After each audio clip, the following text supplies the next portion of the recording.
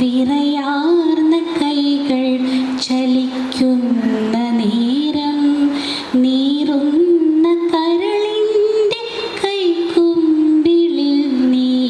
ഇത് നമ്മുടെ ജീവിതത്തിലെ ഏറ്റവും സുന്ദരമായ ഒരു നിമിഷങ്ങളിൽ ഒന്നാണ്. കൂടാതെ ഒരു സങ്കടത്തിൻ്റെയും, പ്രത്യേകിച്ച് നമ്മുടെ ബഷീർ സാർ നമ്മുടെ ഇന്ന് കൂടെയില്ല. കഴിഞ്ഞ വർഷത്തെ പ്രോഗ്രാം എങ്ങനെയാണ് നടന്നിരുന്നതുകൊണ്ട് നമുക്ക് എല്ലാവർക്കും അറിയാം. അത് ഇതും കൂടി താരതമ്യം ചെയ്യുമ്പോൾ എത്ര വ്യത്യാസമുണ്ടെന്ന് നമുക്കറിയാം. സാർ നമ്മളെല്ലാവരും കൂടി ഒരുമിപ്പിച്ച് നമുക്കെല്ലാവർക്കും ഒരു കൂട്ടായ്മ നൽകിക്കൊണ്ട് അങ്ങനെയാണ് സാർ നമ്മളെ വിട്ടുപോയത്. സാറിൻ്റെ വിയോഗം ഇപ്പോഴും നമുക്ക് വിശ്വസിക്കാൻ കഴിയുന്നില്ല. നമ്മളെല്ലാം സംബന്ധിച്ചോളം സാർ ഒരു ജ്യേഷ്ഠ സഹോദരനും ഒരു സുഹൃത്തും എല്ലാമായിരുന്നു. എന്തായാലും സാറിൻ്റെ വിയോഗം ശരിക്കത് നമ്മളിപ്പോൾ അറിയുന്നുണ്ട്. പിന്നെ ഈ അതുല്യം 2 ഇത് സംഘടിപ്പിച്ച എല്ലാവരോടും നന്ദി എന്ന് പറയാൻ വയ്യപ്പോൾ നന്ദി പ്രകടനമായിട്ടില്ല. വളരെയധികം സന്തോഷമുണ്ട്. ഈ ആശയം ഷഹീനയാണ് ആദ്യം മുന്നോട്ട് വെച്ചത്. എല്ലാവരും ആദ്യം കുറച്ച് പതുക്കെയാണ് അതിൻ്റെ പ്രവർത്തനങ്ങൾ നീങ്ങിയത്. എങ്കിലും എല്ലാവരോടും, ഇതിന് പിന്നിൽ നിന്ന് എല്ലാവരോടും, പ്രത്യേകിച്ച് പേരെടുത്ത് പറയാൻ ഇല്ല, ആരിസ്, അബുരാജ, നിഷീജ്, നൗഷാദ്, സദാനന്ദൻ, ഷിബു, സുന്ദർ, തസ്നി, പിന്നെ കോളേജിൽ നിന്ന് ലിൻസിയുടെ ടീച്ചർ സപ്പോർട്ട് വളരെയധികമായിരുന്നു. അതൊരു പ്രത്യേകം നന്ദി പറയുകയാണ്.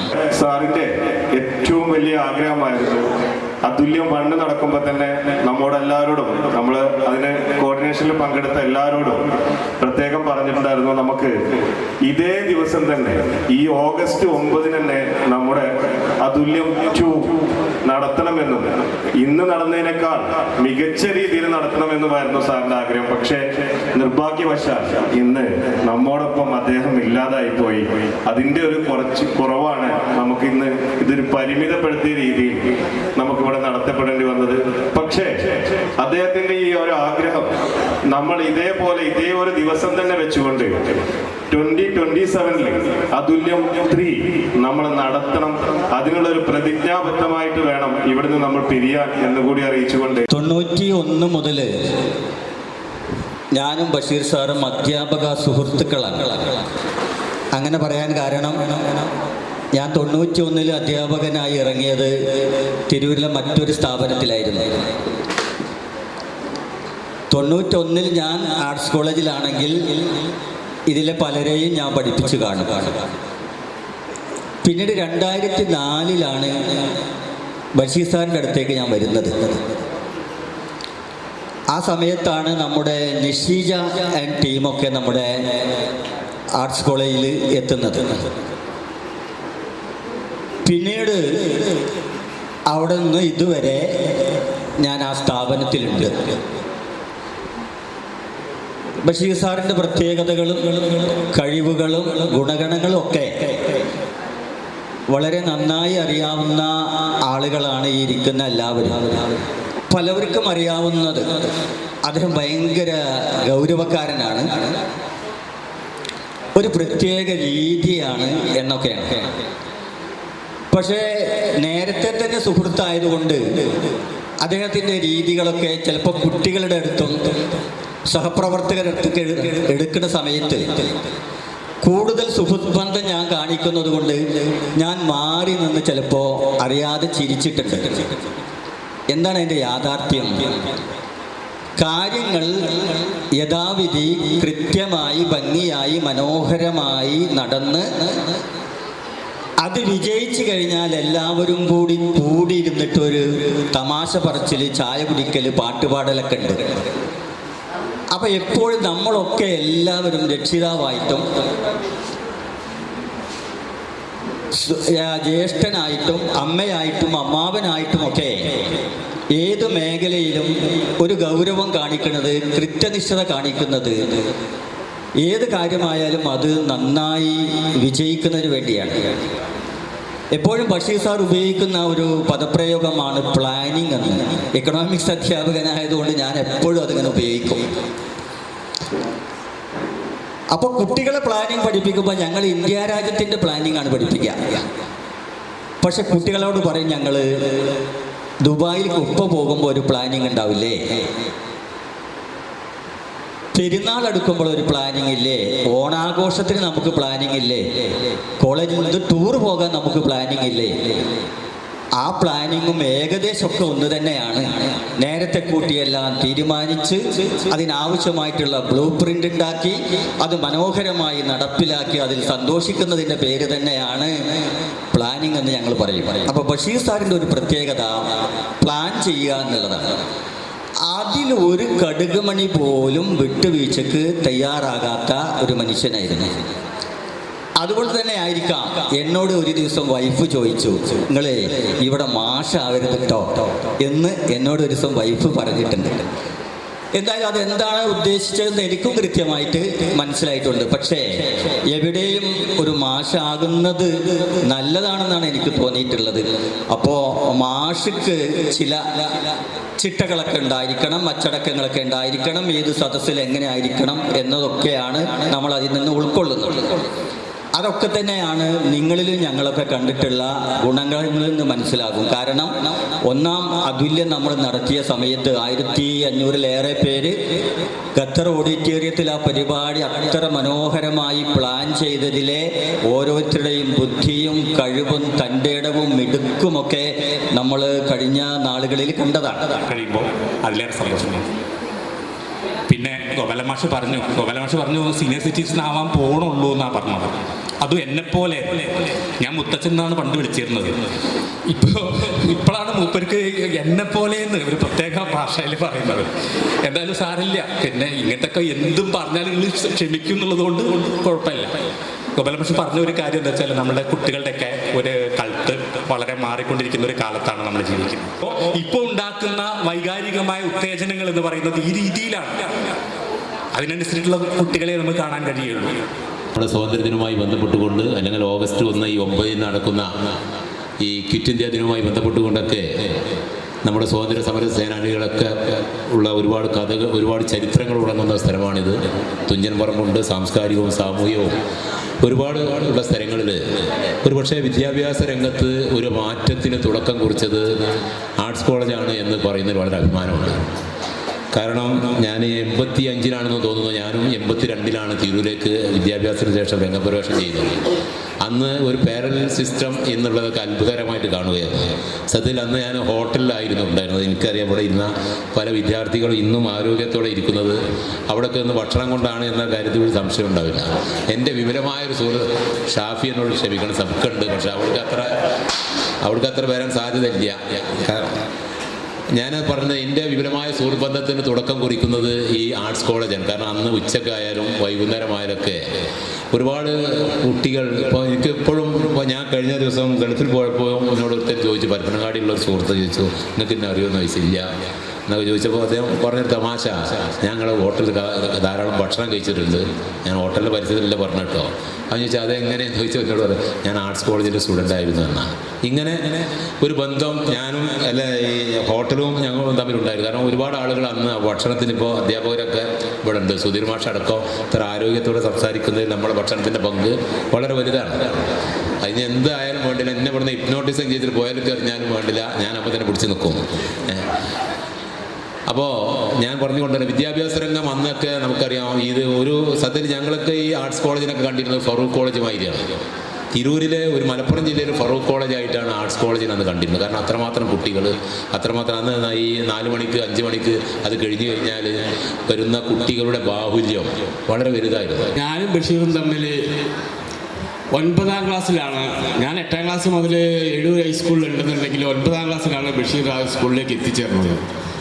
അന്ന് മുതലുള്ള ബന്ധമാണ്. അത് പ്രീ ഡിഗ്രി വരെ ഞങ്ങൾ ഒരുമിച്ച് പഠിച്ചു. പിന്നെ അതിനുശേഷം ബഷീർ മറ്റ് ഹയർ സ്റ്റഡീസിന് വേണ്ടി ബഷീർ പോയി. ഞാൻ ഇലക്ട്രോണിക്സ് ഡിപ്ലോമ കോഴ്സിലേക്ക് മാറി. പിന്നീട് അത് കഴിഞ്ഞ ഉടനെ തന്നെ ഞാൻ അജന്ത സ്റ്റുഡിയോക്ക് അടുത്ത് ബഷീറിൻ്റെ തറവാട്ടിൻ്റെ തൊട്ടടുത്താണ് ഞാനൊരു ഷോപ്പ് ഇട്ടത്. അപ്പം എന്നെക്കുറിച്ച് കൂടുതൽ പറയില്ല കേട്ടോ, പറഞ്ഞു വരുമ്പോൾ പലതും എന്നെക്കുറിച്ച് തന്നെ പറഞ്ഞു പോകും ഞാൻ. അപ്പോൾ അതിൻ്റെ തൊട്ടടുത്തായിരുന്നു ബഷീറിൻ്റെ തറവാട്. എന്നും എല്ലാ ദിവസവും അന്നാണ് ബഷീർ, ആ സമയത്താണ് ബഷീർ ആർട്സ് കോളേജ് സ്ഥാപനം തുടങ്ങുന്നതും. എല്ലാ ദിവസവും എൻ്റെ കടയിൽ വന്നിട്ട് ഞങ്ങളുള്ള സൗഹൃദ ബന്ധം എല്ലാ ദിവസവും എൻ്റെ കടയുടെ മുമ്പിലൂടെയാണ് വീട്ടിലേക്ക് പോണത്. അപ്പോൾ അന്ന് മുതൽ തുടങ്ങിയതാണ് ഞങ്ങളുടെ സൗഹൃദ ബന്ധം. ഞങ്ങൾ ഒന്നിച്ച് ചെയ്തതും ഞങ്ങൾ ഒന്നിച്ച് ആ ചെറുപ്പകാലങ്ങളിൽ ചെയ്തതൊക്കെ പറയാൻ പറ്റില്ല. എല്ലാ കാര്യങ്ങളിലും ഞങ്ങൾ ഒന്നിച്ചാണ് ഉണ്ടായിരുന്നത്. ചിലതൊക്കെ ഓർക്കുമ്പോൾ സങ്കടം വന്നു പോകും. അത്ര അടുപ്പമുണ്ടായിരുന്നു. പിന്നീട് 20 വർഷത്തോളം ബഷീറിൻ്റെ തൊട്ട അയൽവാസി, വിളിച്ചാൽ കേൾക്കുന്ന ദൂരത്തിലാണ് ഞാൻ താമസിച്ചത്. ഇപ്പോഴും ഞാൻ അവിടെ തന്നെ താമസിച്ചിട്ടുള്ളത്. അപ്പോൾ ബഷീർ ആർട്സ് കോളേജ്, ഞാൻ ചുരുക്കി പറയാം, ബഷീർ ആർട്സ് കോളേജിൽ തുടങ്ങിയ സമയത്ത് പി അബ്ദുറഹിമാൻ പറഞ്ഞ മാതിരി ബഷീറിൻ്റെ സുഹൃത്ത് എന്ന നിലയിൽ പലരും അവിടെ ഒരു അഡ്മിഷന് വേണ്ടിയിട്ട് റെക്കമെൻഡേഷനായിട്ട് എൻ്റെ അടുത്ത് വന്നിരുന്നു. അതൊക്കെ ആ കാലത്ത് ആ കോളേജിൻ്റെ പ്രൗഢി ഇന്നത്തെ മാതിരി ആയിരുന്നില്ല. നല്ല പ്രൗഢിയായിരുന്നു. കാരണം പരസ്യം ഒരിക്കലും കൊടുക്കാത്ത, പരസ്യമില്ലാത്ത ഒരു കോളേജായിരുന്നു അന്നത്. ബഷീറിൻ്റെ ഞങ്ങളുടെയൊക്കെ എന്തെങ്കിലും പരിപാടിക്ക് വിളിച്ചാൽ പോലും ബഷീർ വരില്ല. അതിലും നടത്തുന്നതിൻ്റെ 10 മാസം 8 മാസം മുമ്പൊക്കെ എന്ത് വിളിച്ചിട്ടുണ്ടെങ്കിൽ ബഷീർ വരില്ല. എനിക്ക് രാത്രി പ്രോഗ്രാം ഉണ്ട്. രാത്രി ഈ ആളുകളുമായിട്ട് ഓരോരുത്തരുമായിട്ട് ചർച്ച ചെയ്തിട്ടും ഓരോ കാര്യങ്ങൾ പറഞ്ഞിട്ടുമൊക്കെ ബഷീർ നടന്നിരുന്നു. ഏറ്റവും ബഷീറിൻ്റെ ജീവിതത്തിൽ തന്നെ ഏറ്റവും സന്തുഷ്ടനായതും ഏറ്റവും ഇഷ്ടപ്പെട്ടുമായിട്ടുള്ള ഒരു പരിപാടി പങ്കെടുത്തുകൊണ്ടാണ് ബഷീർ പോയത് എന്നുള്ളതിൽ നമുക്ക് എല്ലാവർക്കും സന്തോഷിക്കാം. എന്തായിരുന്നാലും നിങ്ങൾക്ക് ആർക്കും ലഭിക്കാത്ത ഒരു മഹാഭാഗ്യം ആർട്സ് കോളേജിൻ്റെ പിന്നിൽ നിന്ന് ലഭിച്ചൊരു ആളാണ് ഞാൻ. അദ്ദേഹം നമ്മുടെ ബഷീർ സാറ് ആദ്യം സാറായി, പിന്നീട് കുറച്ചു കാലം ഇങ്ങനെ സാറായി തന്നെ തുടർന്നു. കുറച്ച് കഴിഞ്ഞപ്പോൾ പിന്നെ നമ്മുടെ സുഹൃത്തായി. പിന്നെ എല്ലാ രംഗത്തും നമ്മുടെ എൻ്റെ കൂടെ, അല്ലെങ്കിൽ ബഷീർ സാറെ കൂടെ ഞാൻ ഒരു സന്തത സഹചാരിയായി വർഷങ്ങളോളം അദ്ദേഹത്തിൻ്റെ മരണം വരെ എന്ന് വേണമെങ്കിൽ പറയാം ഒന്നിച്ച് ജീവിക്കാൻ ഭാഗ്യം ലഭിച്ച ഒരു വിദ്യാർത്ഥി കം സുഹൃത്ത് ആയിട്ട് ആകാൻ സാധിച്ച ഒരാളാണ്. ബഷീർ മാഷയുടെ കൂടെ നിന്ന എന്ന് പറയുന്നേക്കാളും നല്ലത് ഒട്ടി നിന്ന ഒരാളാണ് ഞാൻ. ഈ തിരൂർ താലൂക്കിൻ്റെ പല ഭാഗങ്ങളിലും ആർട്സ് കോളേജിൻ്റെ തുടക്കത്തിൽ പോസ്റ്റർ ഒട്ടിക്കാനും ബോർഡ് വയ്ക്കാനും അനൗൺസ്മെൻറ്റ് നടത്തിയും ഈ ഒരു സംരംഭത്തെ വിജയത്തിലേക്ക് എത്തിക്കാൻ ഒരുപാട് പ്രയത്നിച്ച ആ ബഷീർ സാറിന് എല്ലാ പിന്തുണയും കൊടുത്തുകൊണ്ട് കൂടെ നിന്ന ഒരു വ്യക്തിയാണ്. അന്നൊക്കെ പിന്നീട് കണ്ട ആർട്സ് കോളേജ് അല്ല, തുടക്കത്തിൽ SLC ഫെയിൽഡ് ബാച്ച് ഉണ്ടായിരുന്നു ഞാനൊക്കെ വരുന്ന സമയത്ത് 88-ൽ. അതുപോലെ തുടങ്ങിയത് കോമേഴ്സ് ബാച്ച് മാത്രമാണ്, പ്രീ ഡിഗ്രി. അന്ന് പ്രീ ഡിഗ്രിയാണ്, +2 അല്ല. കോമേഴ്സ് ബാച്ച് തുടങ്ങാനും കാരണം അന്നത്തെ ആദ്യ പ്രിൻസിപ്പലായിരുന്ന നൗഷാദ് മണിയംകുളം സാറ്, അദ്ദേഹം നമ്മ വിട്ടു പോയി, ആദരാഞ്ജലികൾ അർപ്പിക്കുകയാണ്. അതുപോലെ തന്നെ ബഷീർ സാറാണെങ്കിൽ ഇവരൊക്കെ കോമേഴ്സ് ആണ് സബ്ജക്റ്റ്. അതുകൊണ്ട് 4th ഗ്രൂപ്പ് ആദ്യം തുടങ്ങിയത്, കോമേഴ്സ് ഗ്രൂപ്പ്. ഹ്യൂമാനിറ്റീസ് തുടങ്ങുന്നത്, 3rd ഗ്രൂപ്പ് തുടങ്ങുന്നത് ഞാനൊക്കെയുള്ള സമയത്ത്. അതിൻ്റെ ആദ്യത്തെ ബാച്ചിൽ ക്ലാസ് എടുത്ത ആളാണ് ഞാൻ. എന്തായിരുന്നാലും അവിടുന്ന് ഷാഫിഖാൻ്റെ സബ്കാ ബിൽഡിങ്ങിലേക്ക് വന്നു. ഒരു റെഗുലർ കോളേജിനേക്കാളും വലിയ രീതിയിൽ സ്ട്രെങ്ത്തുള്ള, പടർന്ന് പന്തലിച്ച് ഒരു വലിയ സ്ഥാപനമായി മാറി. അതോടുകൂടി ആ പരസ്യമായിട്ടുള്ള പരസ്യ പ്രചരണങ്ങളൊക്കെ നമ്മൾ നിർത്തിവെച്ചത്. ഏതാണ്ട് 1500-ൽ താഴെ, 1200-ന് മുകളിൽ വിദ്യാർത്ഥികൾ ഈ വിദ്യാലയത്തിലുണ്ടായിരുന്നു. പിന്നെ ബഷീർ സാറെ പറ്റി പറയുകയാണെങ്കിൽ ഈ നമ്മളിപ്പോൾ ഇരിക്കുന്ന ബിൽഡിങ്ങും മാറ്റി എനിക്ക് ഭയങ്കര ബന്ധങ്ങളുണ്ട്. ബഷീർ സാറിൻ്റെ പേര് അവിടെ ഉണ്ട്. ഈ ലയൺസ് ക്ലബിൻ്റെ ഓഫീസാണിത്. സാർ ഇവിടുത്തെ സെക്രട്ടറിയായിട്ടും ട്രഷററായിട്ടൊക്കെ വർക്ക് ചെയ്തിരുന്നു.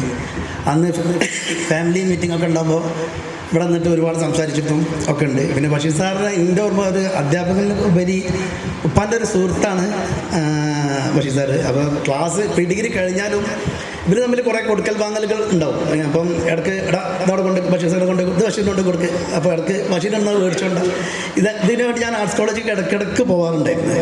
അതുപോലെ ക്ലബ്ബിൽ ബഷീർ സാർ സെക്രട്ടറി ആയിരുന്ന ടൈമിലൊക്കെ ഒരുപാട് പ്രവർത്തനങ്ങൾ പഠിപ്പിച്ചത്. മധുരയിൽ തിമിര ശസ്ത്രക്രിയ, അതുപോലെ നമ്മൾ തിരൂർ കോളേജിൽ വെച്ചിട്ടും ദേവദാർ സ്കൂളിലൊക്കെ വെച്ചിട്ട് നടത്തിയിട്ട്, അപ്പോൾ ഈ ശസ്ത്രക്രിയ കൊണ്ടുള്ള 100-150 ആൾക്കാരായിട്ടൊക്കെ ഞാനും തന്നെയാണ് പറഞ്ഞേക്കുക. ഇപ്പോൾ ഷോപ്പിൽ ബിസി ആകുമ്പോൾ തന്നെയാണ് പറഞ്ഞേക്കുക ഇതിന് ആളായിട്ട്. ബഷീർ സാറ് കൂടെ ബഷീർ സാറ് നയിച്ചിട്ടാണ് ഉണ്ടാവുക.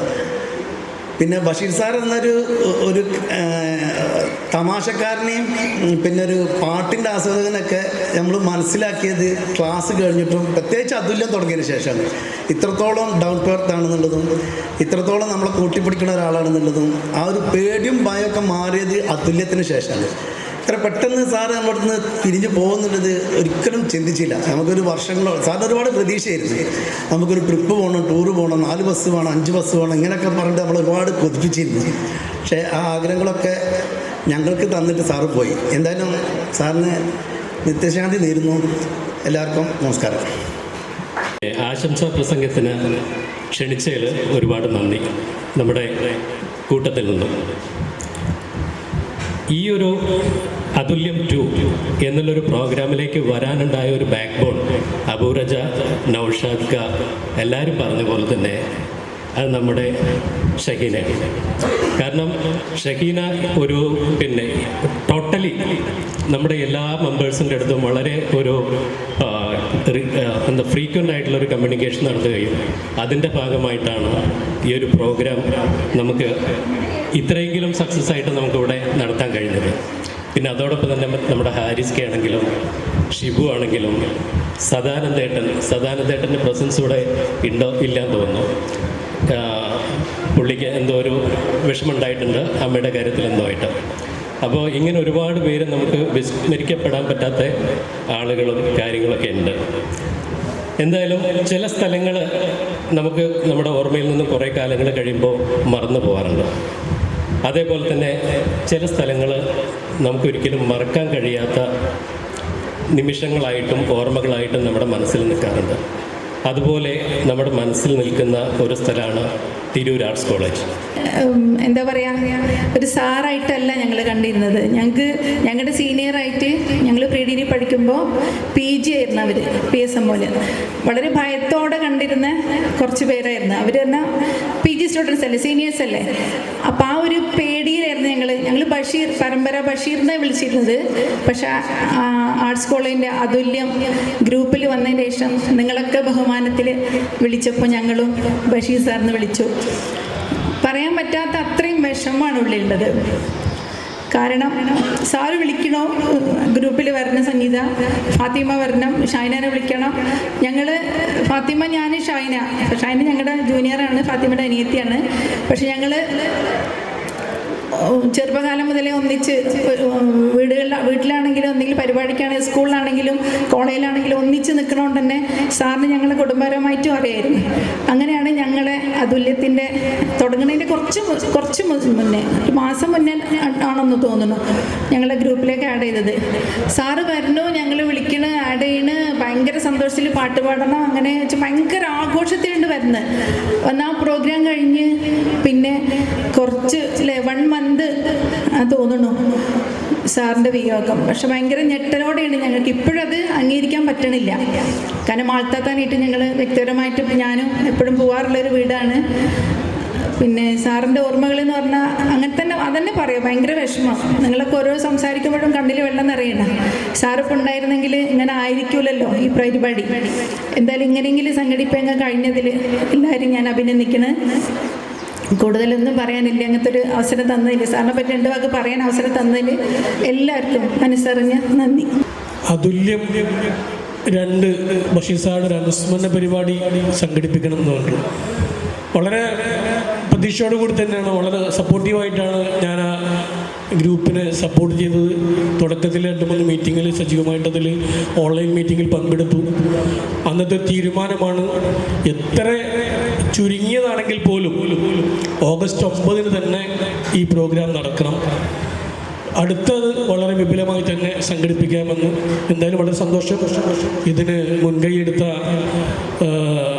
ഇവരെല്ലാവരെയും തെസ്നി, അതോടൊപ്പം തെസ്നിയുടെ കൂടെ ഉണ്ടായിരുന്ന ആളുകൾ, രാജൻ സാർ, മുഴുവൻ ടീമിനെയും അഭിനന്ദിക്കുകയാണ്.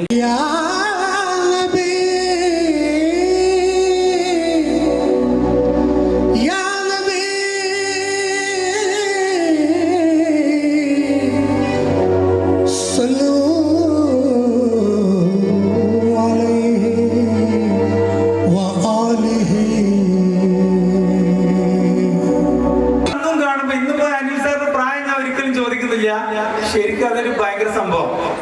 എന്നോട് പല ആളുകളും പറയാറുണ്ട്, നിനക്ക് 43 വയസ്സ് തോന്നുന്നില്ല എന്ന്. എന്താണെന്നറിയില്ല. രണ്ടാമത്തെ തന്നെ അതുല്യം 1 പ്രോഗ്രാമിന് ഞെട്ടിച്ച 2 കാര്യങ്ങൾ എന്താണെന്ന് പറഞ്ഞാൽ, ഒന്ന് ഷാഫിയാക്കി ആരിസ് ഭായും ആർട്സ് കോളേജിൽ പഠിച്ചിരിക്കുന്നതാണ്. ആർട്സ് കോളേജിൽ പഠിച്ചതല്ല, ഇവരൊക്കെ കോളേജിൽ പോയിട്ടുണ്ടല്ലോ എന്നുള്ളത് വലിയൊരു സംഭവം. കാരണം അവരായിട്ട് പെരുമാറി അതൊരിക്കലും മനസ്സിലാവില്ല, ഇവർ കോളേജിൽ പോയ ആൾക്കാരാണ്. ഇതിൽ വേറൊരു കോമഡി ഉണ്ട്.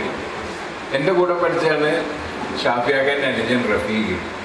ഇപ്പം റഫീഖിനെ വിളിച്ചിട്ട് കിട്ടുന്നില്ല.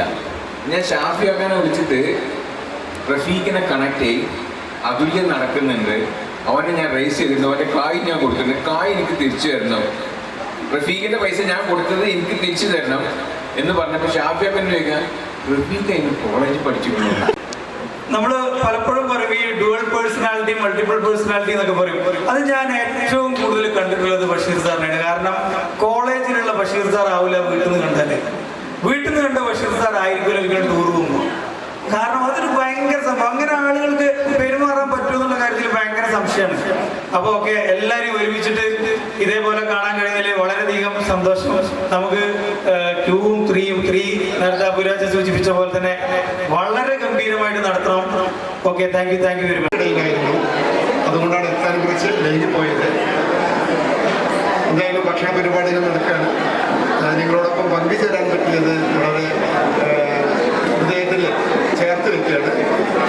എല്ലാവർക്കും നല്ല സംഭവിക്കട്ടെ.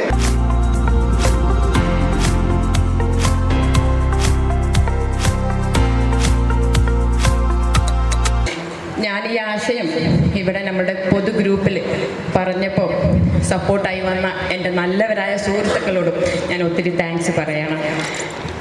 തിരൂർ ആർട്സ് കോളേജിൻ്റെ 40 വർഷത്തെ വിദ്യാഭ്യാസ യാത്രയുടെ ഭാഗമായവരാണ് നമ്മളെല്ലാവരും. വർഷങ്ങൾ എത്ര കഴിഞ്ഞാലും നമ്മുടെ കോളേജിനോടുള്ള സ്നേഹവും ആത്മബന്ധവും ഇന്നും അതേപടി നിലനിൽക്കുന്നു എന്നതിൻ്റെ ഏറ്റവും മനോഹരമായ തെളിവാണ് അതുല്യം എന്ന് പറയുന്നത്. കഴിഞ്ഞ വർഷം ഓഗസ്റ്റ് 9 നമ്മൾ അതുല്യം 1 എന്ന പേരിൽ ഒത്തുകൂടിയപ്പോൾ അതിനു മുന്നിൽ നിന്ന് നേതൃത്വം നൽകാൻ നമ്മുടെ പ്രിയപ്പെട്ട ബഷീർ മാഷ് നമ്മളോടൊപ്പം ഉണ്ടായിരുന്നു. ഇന്ന് അദ്ദേഹം നമ്മളോടൊപ്പമില്ല എന്നത് ഏറെ വേദനയോടെ നമ്മൾ ഉൾക്കൊള്ളുന്നൊരു യാഥാർത്ഥ്യമാണ്. അതുല്യം ഒരിക്കലും അവസാനിക്കേണ്ട ഒന്നല്ല. കാരണം ഒരു പരിപാടി മാത്രമല്ല, ഒരു റീയൂണിയൻ പ്രോഗ്രാം മാത്രമായിരുന്നില്ല അതുല്യം എന്ന് പറയുന്നത്. ബഷീർ മാഷ് ഏറെ സ്നേഹത്തോടെ പരിശ്രമത്തോടെ നമ്മളെ ഒരുമിപ്പിച്ച് പടുത്തുയർത്തിയ ബന്ധത്തിൻ്റെ പേരാണ് അതുല്യം എന്നുള്ളത്. അതുകൊണ്ട് തന്നെ അദ്ദേഹത്തിൻ്റെ അഭാവത്തിൽ വേദനയിലും ഈ വർഷം അതുല്യം 2 ലളിതമായ രീതിയിലെങ്കിലും നടത്തണമെന്ന് നമ്മൾ തീരുമാനിച്ചത്. ഇന്ന് ഇവിടെ ഒത്തുകൂടിയിരിക്കുന്ന നമ്മൾ ഓരോരുത്തരുമാണ് ബഷീർ മാഷിനോടുള്ള സ്നേഹത്തിൻ്റെയും ആദരവിൻ്റെയും ഏറ്റവും വലിയ അടയാളം. ഇനി എന്നിൽ അർപ്പിതമായ കർത്തവ്യത്തിലേക്ക്, നന്ദി പ്രകാശനത്തിലേക്ക് ഞാൻ കടക്കട്ടെ. ഇന്നത്തെ ചടങ്ങിൽ പങ്കെടുത്ത നമ്മുടെ പ്രിയപ്പെട്ട ബഷീർ മാഷിൻ്റെ കുടുംബാംഗങ്ങൾക്കും പൂർവ്വ അധ്യാപകർക്കും ഇപ്പോൾ കോളേജിൻ്റെ സേവനമനുഷ്ഠിക്കുന്ന അധ്യാപകർക്കും പ്രിയപ്പെട്ട പൂർവ്വ വിദ്യാർത്ഥികൾക്കും തിരൂർ ആർട്സ് കോളേജ് അലൂമിനി അസോസിയേഷൻ്റെ പേരിലും എൻ്റെ വ്യക്തിപരമായ പേരിലും ഹൃദയം നിറഞ്ഞ നന്ദി അറിയിക്കുന്നു. ഈ പരിപാടിയുടെ വിജയത്തിനായി ഒരുമിച്ച് പ്രവർത്തിച്ച സംഘാടക സമിതിയിലെ ഓരോ അംഗത്തോടും പ്രത്യേകം നന്ദി പറയുന്നു.